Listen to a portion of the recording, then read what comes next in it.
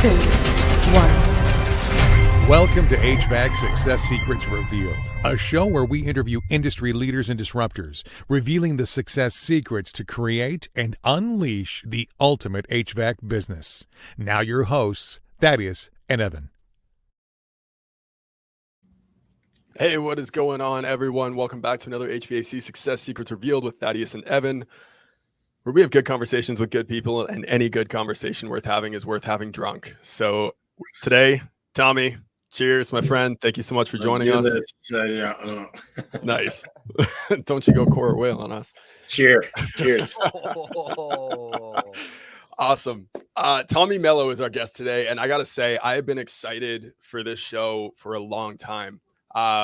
Tommy's book, Home Service Millionaire, was the second book that I bought, but the first one that I actually finished when we started our agency and decided to zero in on home services as being like the industries that we want to focus on. And then we niche down from there to specifically to HVAC as being our primary target. But I mean, his book was, I think it's been probably the second most quoted book behind The One Thing on this podcast. There's so much value in it, so much knowledge in it. And I was ecstatic when Tommy said yes to coming on the show today.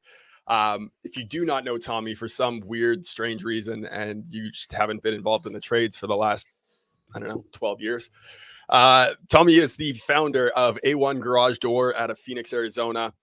They have now expanded across the U.S. in multiple different states.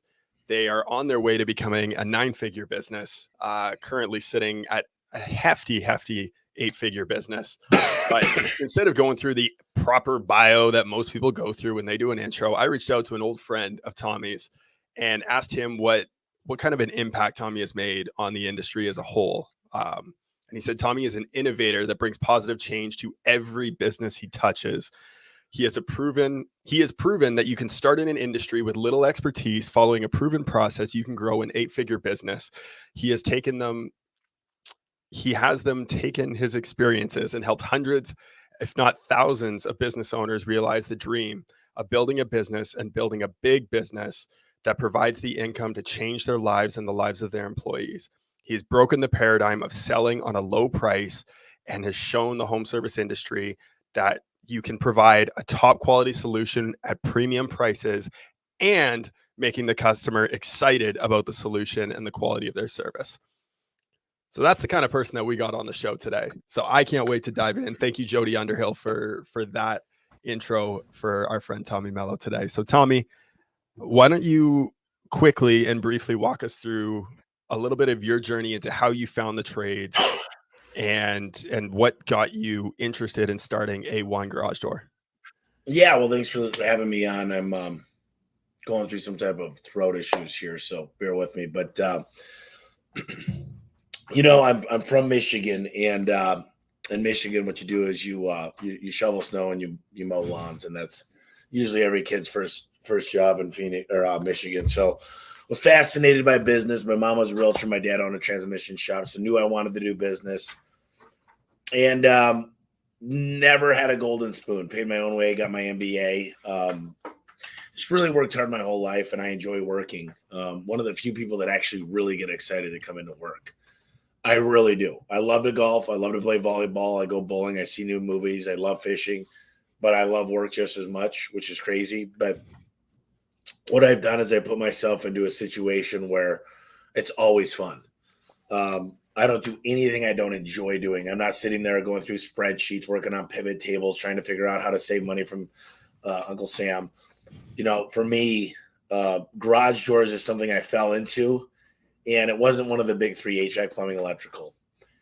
And private equity has not hit this market yet. And there's a lot of markets down the road that I think I'm going to get to partake in as an ambassador and be part of. So I fell into garage doors 2006. I was painting them for a friend that was working at another garage door company. We ended up starting a business with another buddy of mine. 2010, we went our separate directions, and I'd say the strengths I have is couple fold. Number one, I fail a lot, but I don't make the same mistakes twice. So I definitely am not afraid to try. I implement very, very quickly. I don't sit on things. I go to a seminar. By the time I'm in the middle of the seminar in the first day, I've already got 8 things on my calendar, and I've already made 10 phone calls of what I'm going to do differently. So I don't fail to implement. Another thing is I ask a lot of questions. I read a lot. I go visit a lot of big shops. And I don't hesitate. I don't get just so many people I see. They're so busy in their own operations. They're so busy working in it all day. And I'm not. And slowly but surely, after making an org chart, I got rid of the things I hated, the things I didn't like. And I always hire people that are smarter than me, which is not hard to do. I try to find someone amazing in the CFO position. I have a great COO. I've got this whole C-suite that is better than me at what they do, and they understand the big goal. I'd say I love service. I love the sales side of things. I love the marketing side of things, and I love more of the motivation side of things, of just pumping people up. But got some big plans, man. I think my goal is to become the biggest, largest influencer in home service. I want to be speaking a lot more, and I want to do roll-ups. I want to do dozens of roll-ups in different industries. So I'm going to try to buy 100 garage door companies this year. This year, 100 companies. Don't bet against me. How many have you bought so far? So that's the plan. How many are you at so far? This year, 0. Oh, So we're in May, so that'll be 7 months, 100. I've got 22 letter of intents going out next month. sick. And I've got people lining up because I think I offer them something that no one else has ever done before. And I want to be known as a guy that creates multi-millionaires and treats people fairly. And it's not me that's going to get them there. It's a lot of us. It's the team. It's the internal customers that we have here. And it's just rockstar team. And we're building it out to handle. It's a system. Everything's a system, a checklist, a standard operating procedure. So it's just plug and play. Now, when I look at what you have built, I mean, and we got to meet in Vegas at Victor's event, the Service Hero event back in October. Like, you were the speaker that I was like, I need to hear Tommy. And it was because of your book and the influence of that on me. But getting a chance to sit there and hear you talk about your operations and how you view the business. There's so many people that we see in this business over and over again. And regardless of any trade, they're masterful technicians and brand new to business. And they've been in it for 9 years. And they're still struggling to figure out that entrepreneur side. What switched for you when you made that transition into ownership that helped you learn this trade of entrepreneurship versus just being another technician that owned a business? You know, I think I got plugged in, and I don't know exactly. I think it might have been my first Pantheon. But once I was plugged and I started growing my Rolodex, I started to find the masters of everything. Dan Antonelli for the brand. I started to figure out who's the best at LSA, PPC, GMB, organic. I started to figure out who's going to be the best to help me set up, Al Levy for manuals. So the Rolodex, the reading, I think it probably changed in 2017 there, early 2017 when I got onto Service Titan. That was my 5th CRM. And I realized the pandemic actually helped a lot too, because it helped me reflect. I was talking to a client of mine who happens to be my largest client in the company, spends a couple $1 million a year with us. And I told him, I'm like, something just, sometimes I got to pinch myself and just make sure I'm not sleeping or dreaming, I should say. It's crazy. It's crazy. The multiples, just the things going on in my life. And what the scariest thing for me is, I don't want it to end. And I'm enjoying the ride so much. It's just so weird because the money that we're producing today, I mean, lots and lots and lots of millions of dollars of profit the first quarter. And you look at that and I'm just like, and I still live in one of my apartments. I'm actually moving into the house right now. I just told you guys before the show. I don't have enough that I have to worry about you taking away from me. So that's the scariest thing for my competitors is it can't really take much from a guy that doesn't have much, except we do have a big business. We have about 500 employees. So I'm so looking forward to the day where I can buy a mansion and bring our coworkers to this place and have the time of our lives all the time. A lot of people say, don't invite your people over. Don't show them a nice car. I drive a Nissan Titan. I can't wait to share with them. It's more exciting for me to spend time with them and tell them how thankful and express gratitude than it is of anything else. And it's not no BS. That's the real deal. So I want to do something. I want these guys to enjoy it. If they want to use the house for their family and have a family reunion, I'd love that. I just can't wait to get back. I'm like, how could I use these tools that the Lord has given me to pay it forward? So that's exciting for me.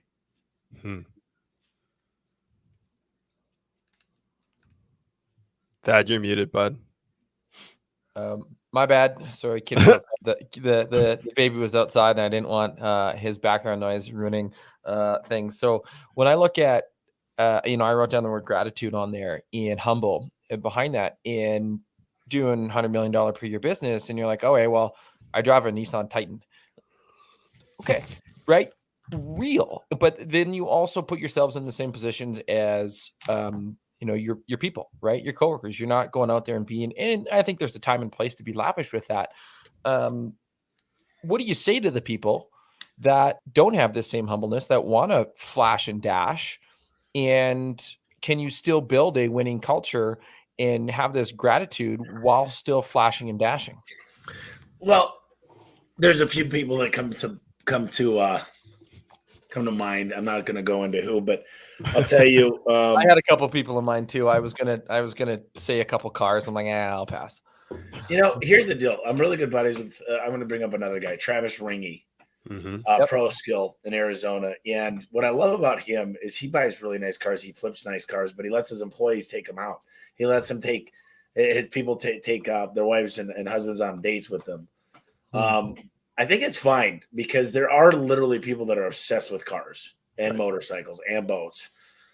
I mean, I just bought a $600 golf club, for God's sake. So I'm not like super – I enjoy golf, so I want to play the best I could do. I was on the golf team my last year in high school. So the vehicle for me, a perfect car for me is a Mercedes, a big one of the big Sprinter vans that it's all decked out on the back because I could work while I'm not driving. I'll get a driver. I mean, a black freaking Mercedes. Just let me work. Let me make my phone calls. Let me do what I need to do. That's probably what I'll do next year. And it's not flashy. I don't care. I don't want anybody to like me because of my car or my house. But yeah, I think you could have a little bit of both. I think it's, there's this, when you make money and you become a philanthropist, I think the worst part about a lot of companies is they're not checking to see if every person at their company has a Thanksgiving dinner. They're not checking to see if the mother of 3 kids as a single mom has ball tires on her vehicle. They don't look at their backyard before they go out and give. And I think it's really, really important that we all look in our backyard and make sure that the people around us are taken care of before we go out and decide to put a little money for, whether it's, Toys for Tots or any of these great programs. There's a lot of military programs, Wounded Warrior stuff like that. All great causes, but if you're only looking to get publicity out of it, it's not really giving from your heart. And I just think it's important to take care of your internal customers and your people first. No, 1,000%. So I'm curious because we've had this happen at our organization, and I've heard from other people that have had it at their organization as well, where you want to pour into your people, build them up all in the right ways. We can't be great as a company unless you're great as an individual. How can we help you? Our success is your success, all of that. How do you then also instill still a humble nature in them and keep their egos in check, where they're not coming back and saying, well, you achieved all this because of me. Now, what else can I get out of you? I don't have that personality. I definitely don't mind having hard conversations because of the way that we do our meetings. They report to us what they did well last week and what they're working on. But the biggest thing I can tell you is we hired the dream manager. And the dream manager, our job is to help them dream again. It's to rekindle that fire. Matthew Kelly, dream manager? Yeah. So we hired this gal actually named Kelly. And we're working with about 80 people out of the close to 500 now. And our job is to literally, when's the last time someone sat down and said, what do I want out of my life? And we help them focus on their real dreams. whether it's taking their dad fishing.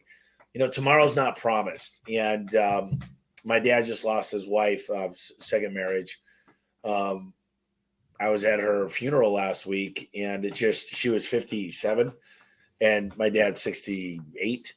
It's just crazy to think about. She was fine. And then all of a sudden she found out she had terminal cancer, and just, Jesus. I think it's so important right now to just smell the roses and understand what your dreams are. Because when's the last time we sat down and said, here's 10 people I'd like to reconnect with. Here's something I'd like to do before my mom gets too old to go to Europe, whatever it might be.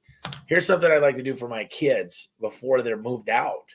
And I think everybody needs to be thinking about that, of the why. Start with why, Simon Sinek.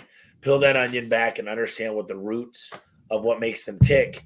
And then you got people that want to work for a higher purpose. And what I want for my business, no one could care less if I do $1 billion or less. It's cool to win. It's cool to leave a legacy and be part of a team. But overall, I want them to have that individual success as well.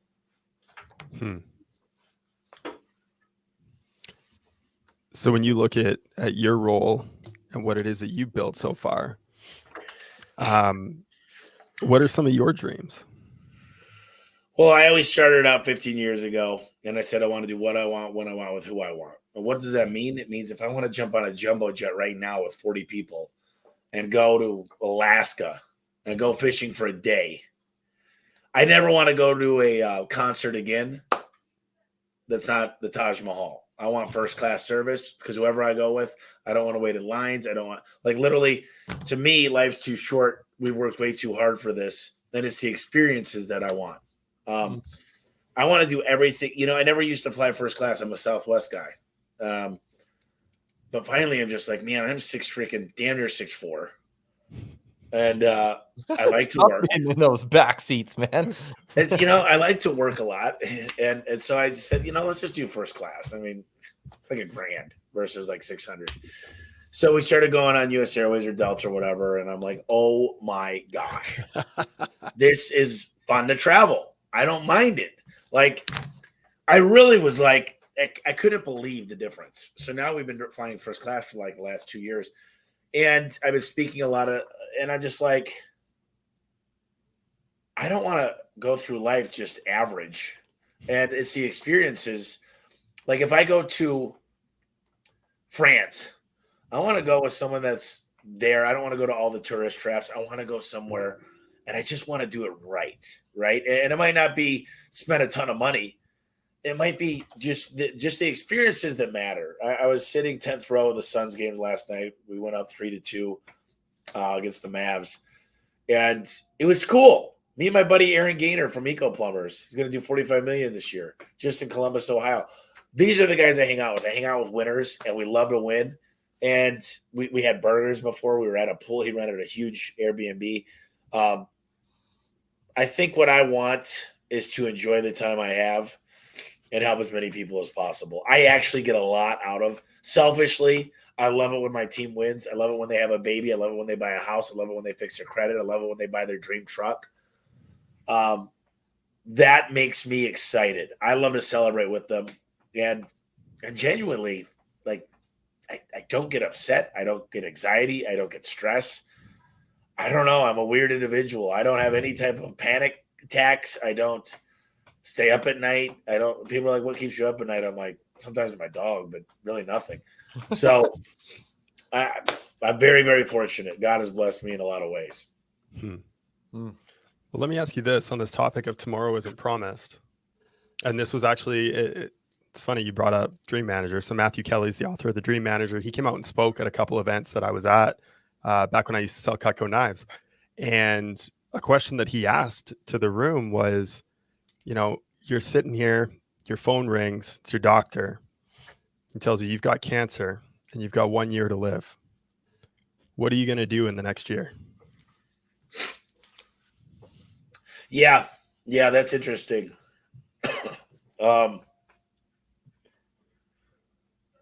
That's an interesting question. I've not thought about a lot of things. I think there's a crazy amount of money that's about to happen in my life in the next year.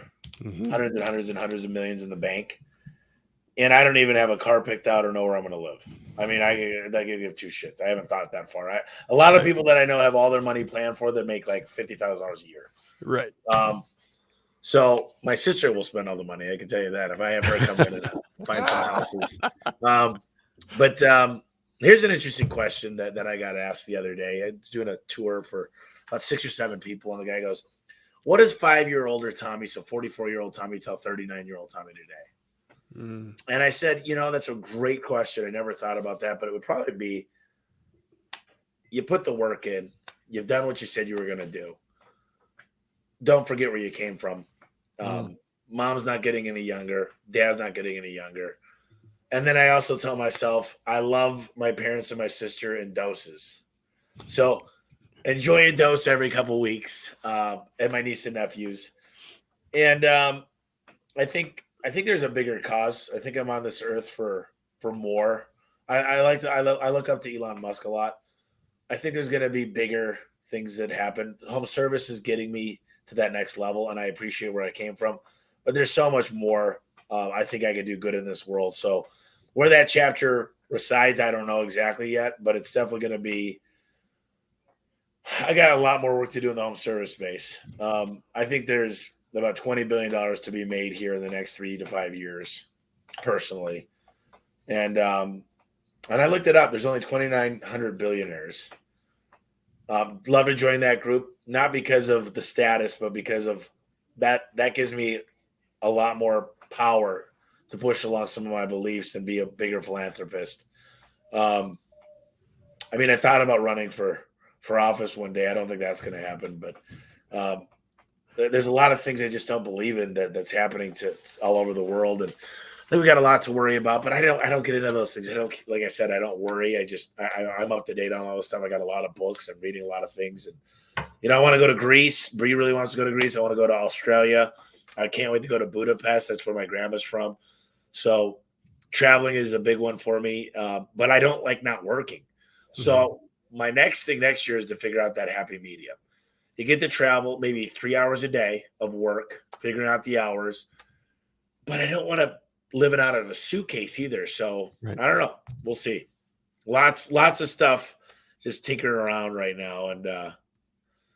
And I've grown close to a lot of people over the years. A lot of people have helped me out, like Al Levy. And I'd love to just whoop his ass in some golf here pretty soon because he beat me last time.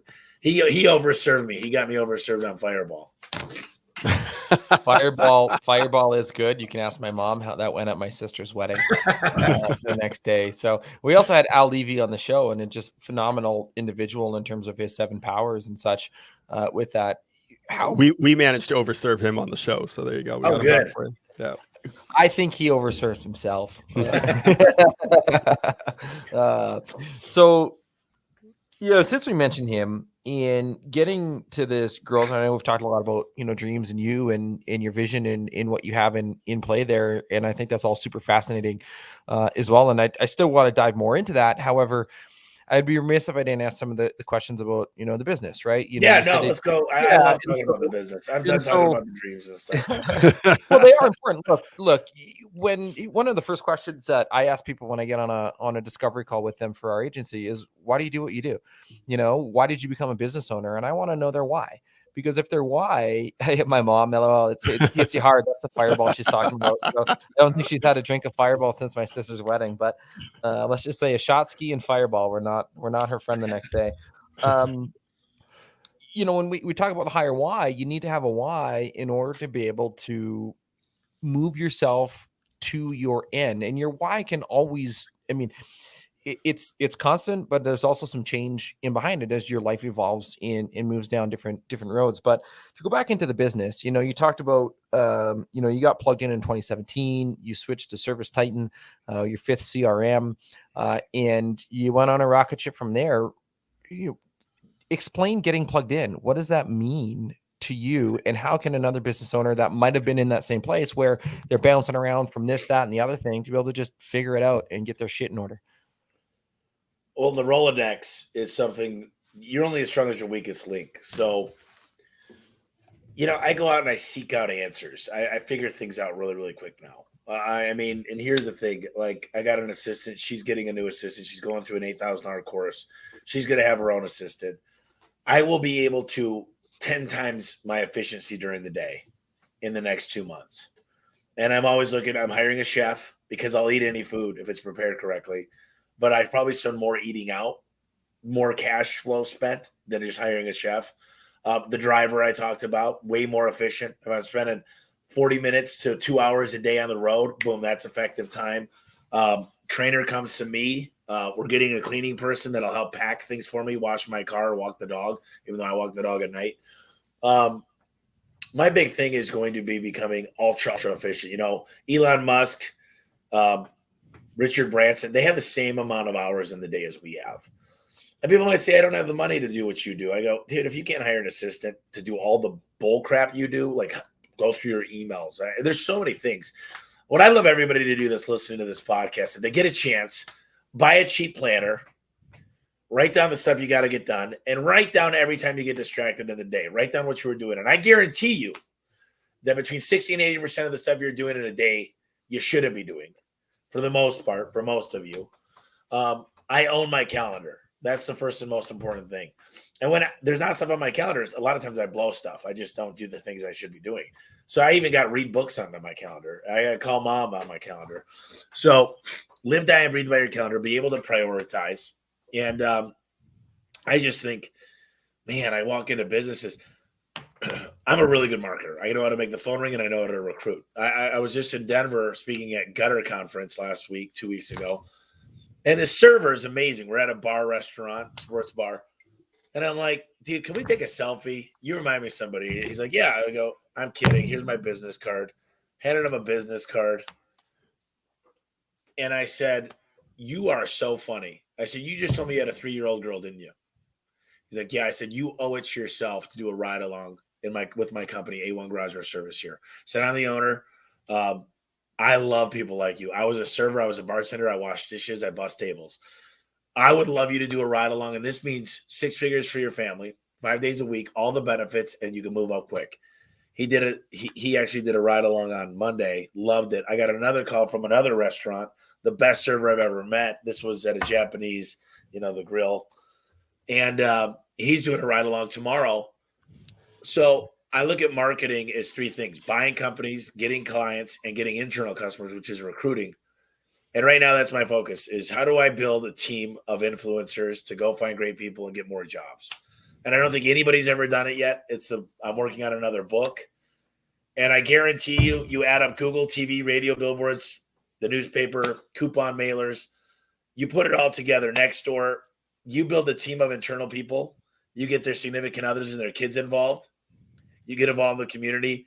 This machine I'm building next week with 4 tools will be bigger than all the leads, all the recruiting that the best companies could ever do. That'll be bigger than Intel. And there's nobody that could take it away. Google could change their algorithm, and I'm still at the top because of the networking and the Rolodex and the attribution. So that's where I find myself now, is just being obsessed with these things that no one else has done. And I like to go to uncharted territories. People sell apples to apples. I sell oranges. So that's what I'm excited about. And I'm excited just to do stuff and say, I love to look at everybody and throw my middle finger in the air and say to all you guys that said I couldn't do it, look, that's what keeps me going. That's what pumps me up. Is I love it when someone says, yeah, that's Tommy Mello. He's a loser. He's a punk. I'm like, all right, hold my beer. Let's go. That's exciting to me. I love it when someone says you can't. They say, I was raised a certain way. Whatever they say, I was raised with a single mom. My dad's an amazing guy, but things didn't go right. The odds weren't stacked in my favor, and that's what I love. I'm a comeback story. So it's exciting for me. Well, you can always change your odds, right? I've been a big proponent of that. One of the volunteering efforts that I used to do was working with marginalized youth in lower socioeconomic status communities. And if you work hard, you can change your own luck. And I've always been a big proponent, a big fan of being able to do that. So this is proof in the pudding, right?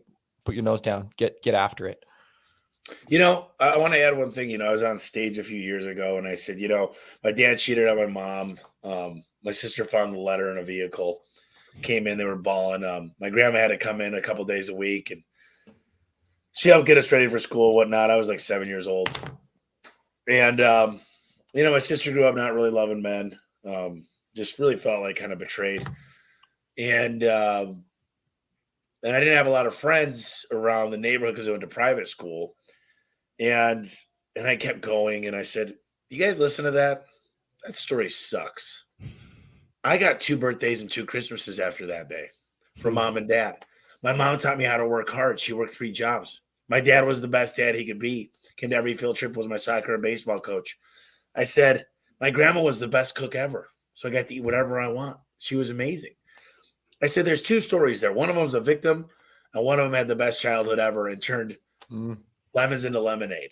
And I said, there's always 2 stories. And I choose the latter because I enjoyed my youth. I enjoyed my childhood. And if I walked around like a victim mentality and said how much I got abused and used and poor Tommy Mello, that's no way to live. I got a job when I was 12, a year before I was legally able to work. I went into that place every snow day. I made pizzas for all my boys, cooked up some chicken wings, learned how to work hard, learned how to hang out with people, got to go to cool Christmas parties. I mean, I got to be able to buy stuff when no one else could. Yeah, I worked, but it was fun. I had a whole system.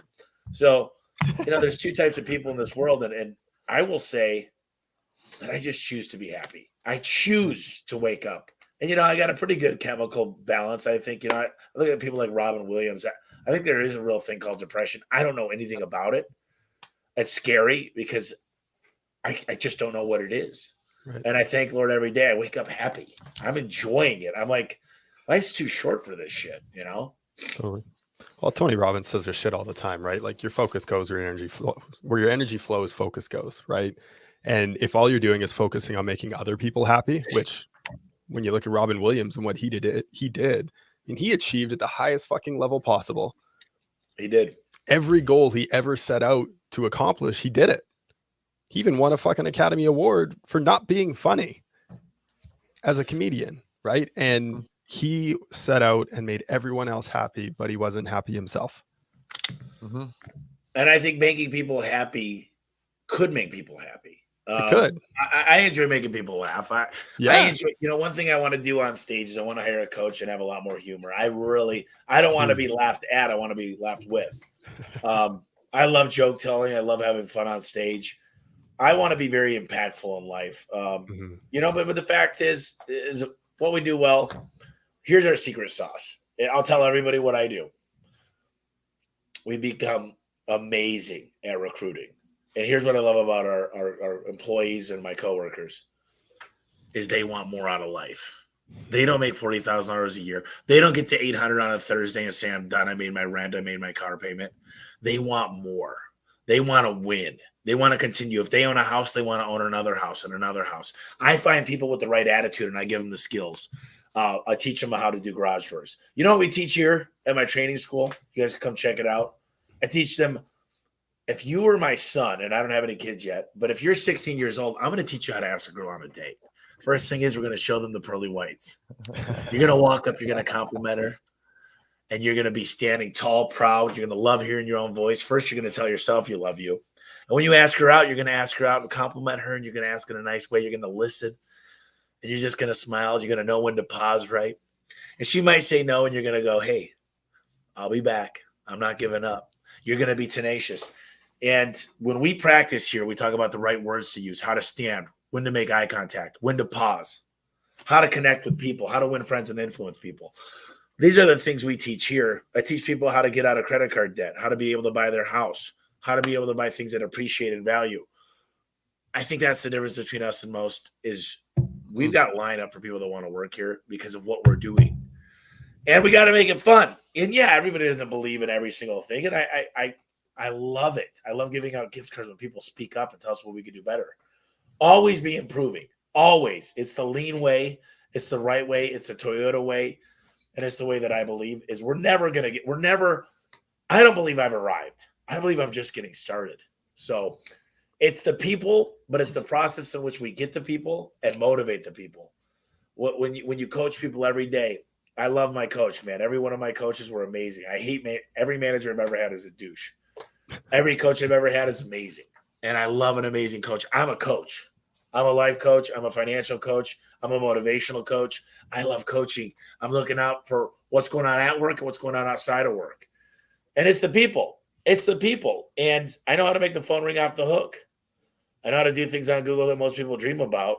And I really do. I understand the fundamentals of marketing more than most. But people want more calls when they're not maximizing their calls already. I mean, my ticket average is way above the rest because we make friends when we're in a garage. We care. We do the best thing for that client, whether it's putting in maybe a lower warranted part because they're flipping the house, but it's best for them right now. So I just always say, let's just do the right thing. We don't need to lie, cheat, or steal. We can still have good tickets. And that's the secret sauce is the people and treating them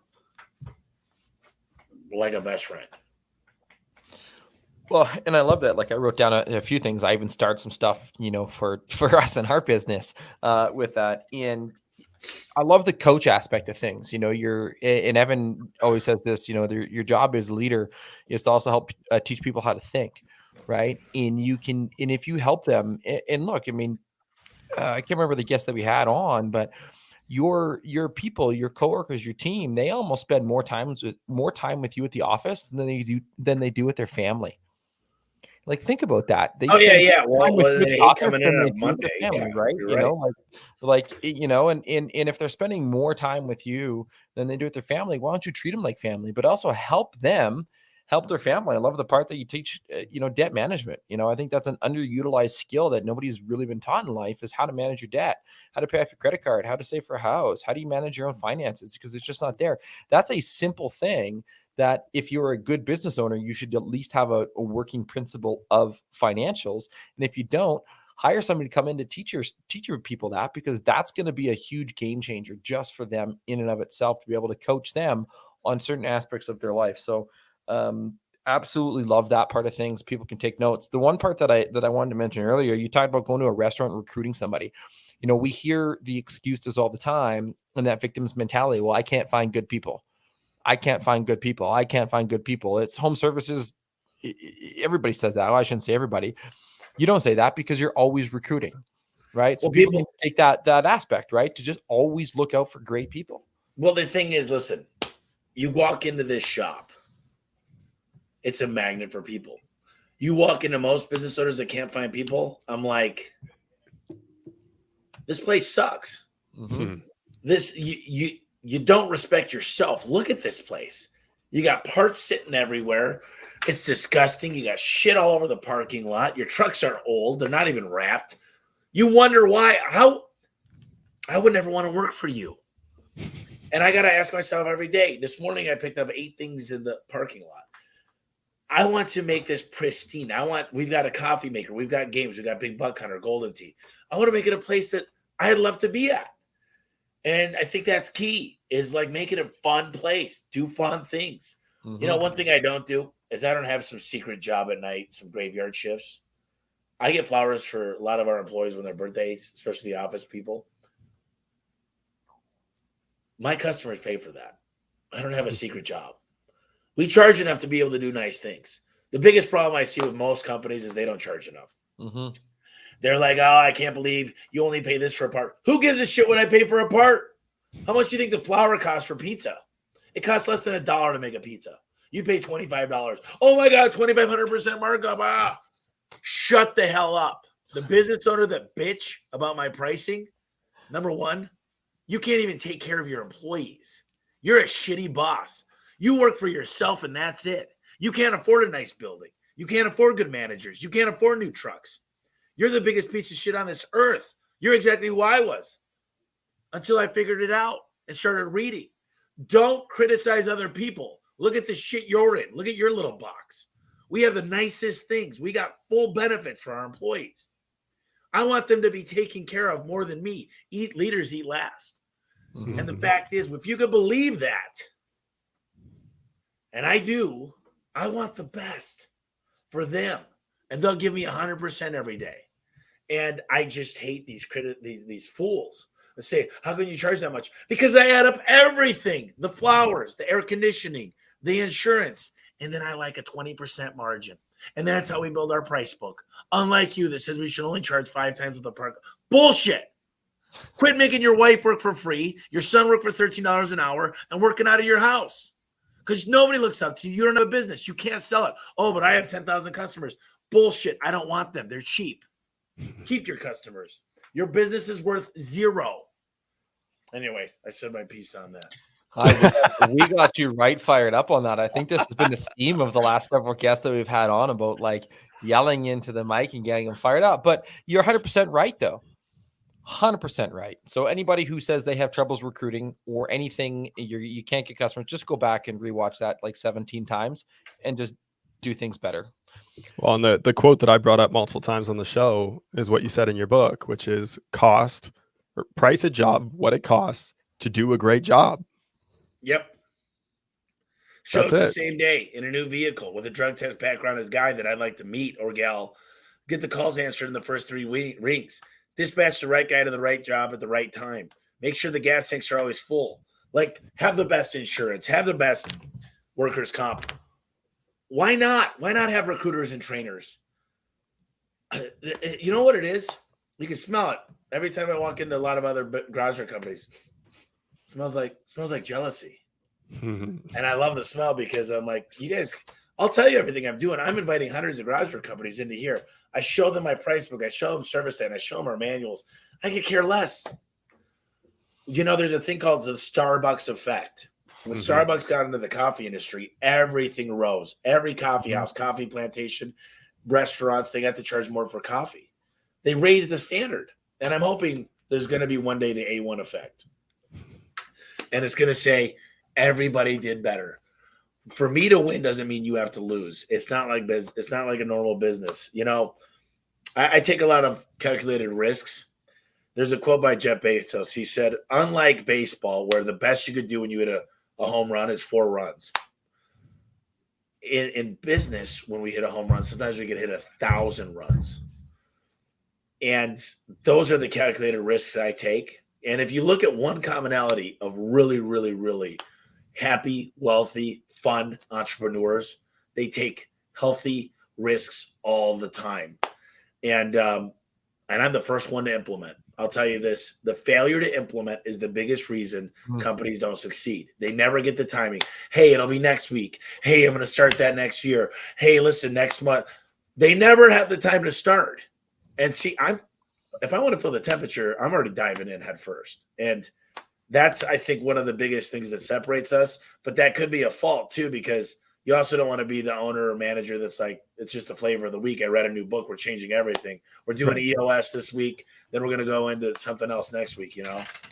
Well, and I think that's where you got to be crystal clear of what your vision is. What is the outcome we're going after, right? When you know that, you're able to say no to, you're able to say no to all the bullshit. Warren Buffett said that. He's like, the people keep asking, how do I find this? How do I find this opportunity, this investment? He's like, it's because I say no to 99 opportunities that come out of my desk out of 100, right?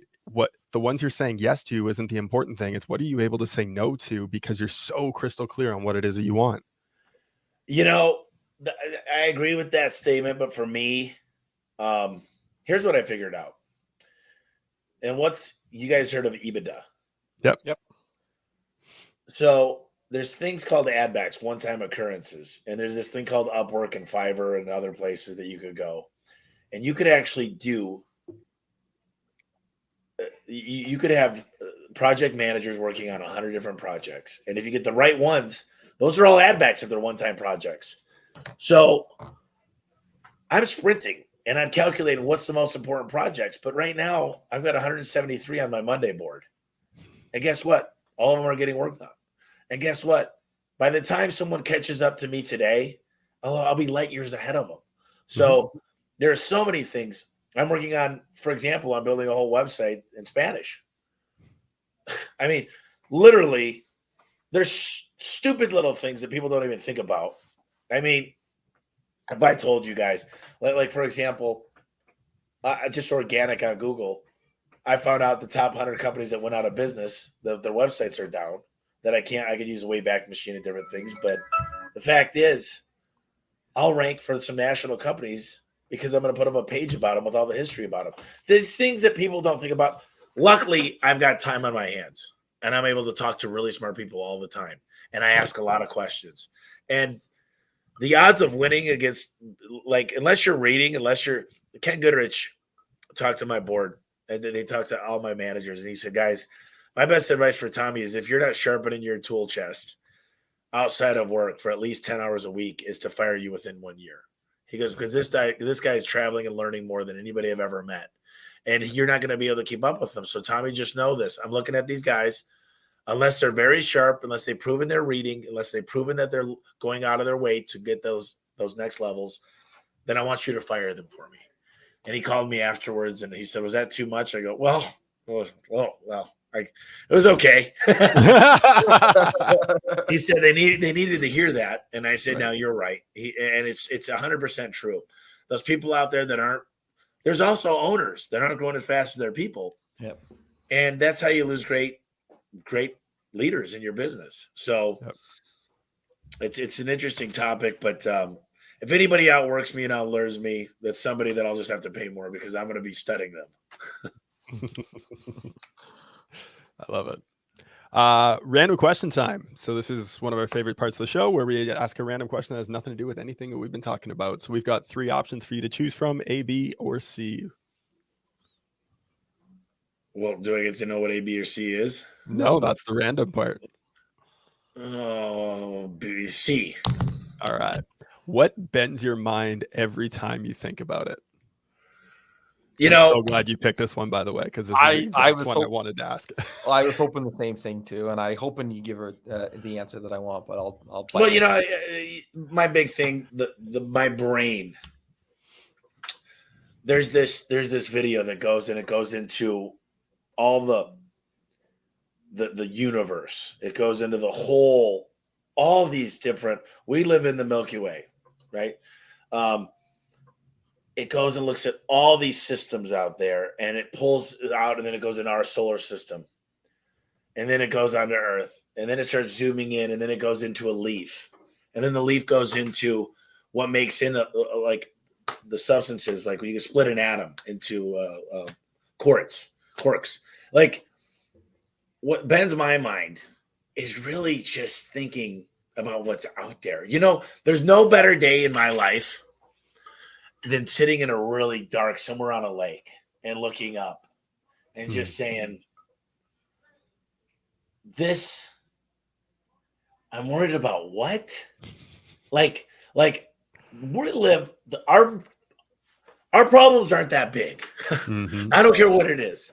Obviously, I think having your health is the most important thing, but I'm fascinated by time and space and by learning about what's out there, about solar systems and just different galaxies and the universe. And that kind of stuff I'm obsessed with. I love Einstein.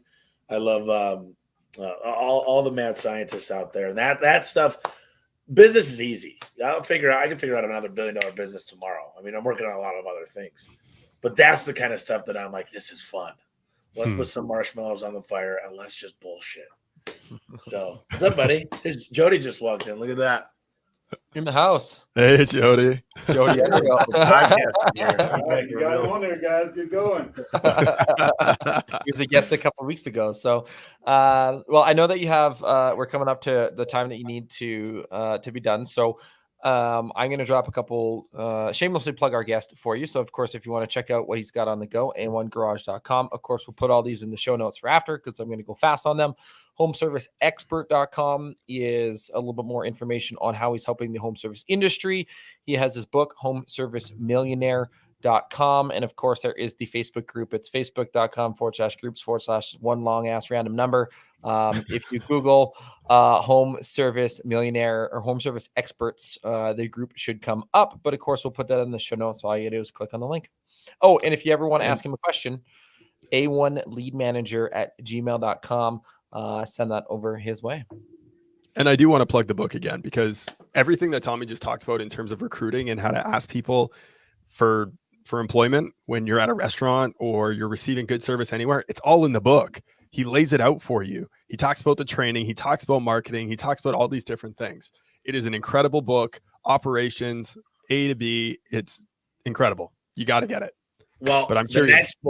The next book is going to blow your guys' minds, and I've taken my time on this one. I've gotten some really, really good feedback. It's going to be out in 2 or 3 months, and I got to tell you, the first book, I have 12 co-authors. Amazing, the co-authors I got, and that's what made the book. This one is going to be jaw-dropping, and I don't know the name yet, or I'd throw it out there, but look for it in about 3 months. And if you want to build a business built on rocks and a solid foundation and culture and caring, and actually see your people win around you, which is better for me. I'm winning. When they win, I win.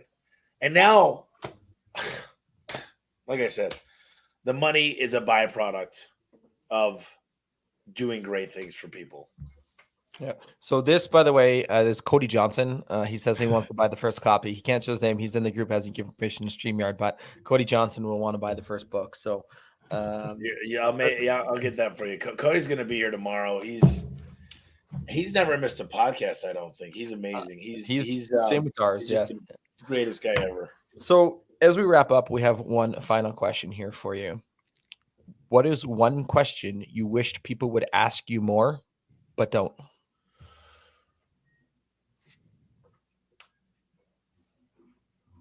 You know, when I found out what arbitrage, I thought about replacing my middle name from Anthony to Arbitrage, Tommy Arbitrage Mello. When I figured out what it was, it is mathematically better than compound interest. It's the coolest thing in the world. I used to buy Bowflexes on Craigslist and sell them on Arizona Republic for $500 more. And I did it with hundreds and hundreds of Bowflexes. When you learn how to buy something and sell it the next day on something else, that's what arbitrage is. And in business arbitrage, it's having systems in place to get a high multiple. And I got to tell you, that mastered. Nobody really understands it. I talk to the people around me, and they think they know what it is, but they don't understand it. And I got to tell you, it's what makes multi-billionaires, and it's what's going to cause us to go straight to the tippy top. Literally, we're going to the stars with this, and it's all because of this crazy thing called arbitrage. And the more you can talk about arbitrage, the more you get. I think I'm going to go online. I'm going to tell Bree, my assistant, to go figure out if she can get a license plate that says arbitrage, because it's my favorite word. So I think you guys should spend a lot more time talking about arbitrage, understanding how it works. And really, there's a great book by John Warlow called Built to Sell, and understanding what people look for when buying a company. And most companies don't have it. 99% of them don't. And, you know, 9 out of 10 businesses will fail in the first 5 years. So the stacks against you ever being big at arbitrage is really, it's not in your favor. And here's the deal. The marketplace today, it exists in really great. In 10 years, artificial intelligence it's changing everything. It's changing everything we're doing. So you better get in. A lot of people say, in 10 years, I'll be just like Tommy. I hope you are. I hope you're happy. But 10 years is too late. And that might scare a lot of people, but you better move quick. You don't have 10 years. I love that. I'm definitely going to be looking that up and doing a deep dive into that. Well, I'll be the first to say thank you, Tommy, for taking the time out of your busy schedule. I know that you have your expo coming up tomorrow as well. So the day before, spending some time with some crazy Canadians. So thank you so much. Canadians are the best. Appreciate you guys. Thanks, Tommy. And yes, definitely, if you're not going to Phoenix tomorrow to check out Tommy's event, Vertical Track, right? That's the name of it? Verticaltrack.com and verticaltrack.com. It's the reason we're having people out here is I feel like when you see the training center, it is, I just walk in there and I can't stop smiling. My throat's bothering me, but I'll tell you what, if you guys get a chance to come out here, love to take you for a tour. I mean, this is my pride and joy. I just smile from ear to ear. And there's 40 people working over there right now. So it's gonna be mind blowing. My list of people to see when next time I'm in Phoenix just got bigger. You better come see me if you come to Phoenix. Oh, you'll be getting a message. You'll be getting a message. So perfect. Well, thank you so much, Tommy. And until next time, guys. Cheers. Thanks, guys. Cheers. Well, that's a wrap on another episode of HVAC Success Secrets Revealed. Before you go, two quick things. First off, join our Facebook group, facebook.com/groups/HVAC Revealed. The other thing, if you took one tiny bit of information out of the show, no matter how big, no matter how small, all we ask is for you to introduce this to one person in your contacts list. That's it. That's all. One person. So they too can unleash the ultimate HVAC business. Until next time. Cheers.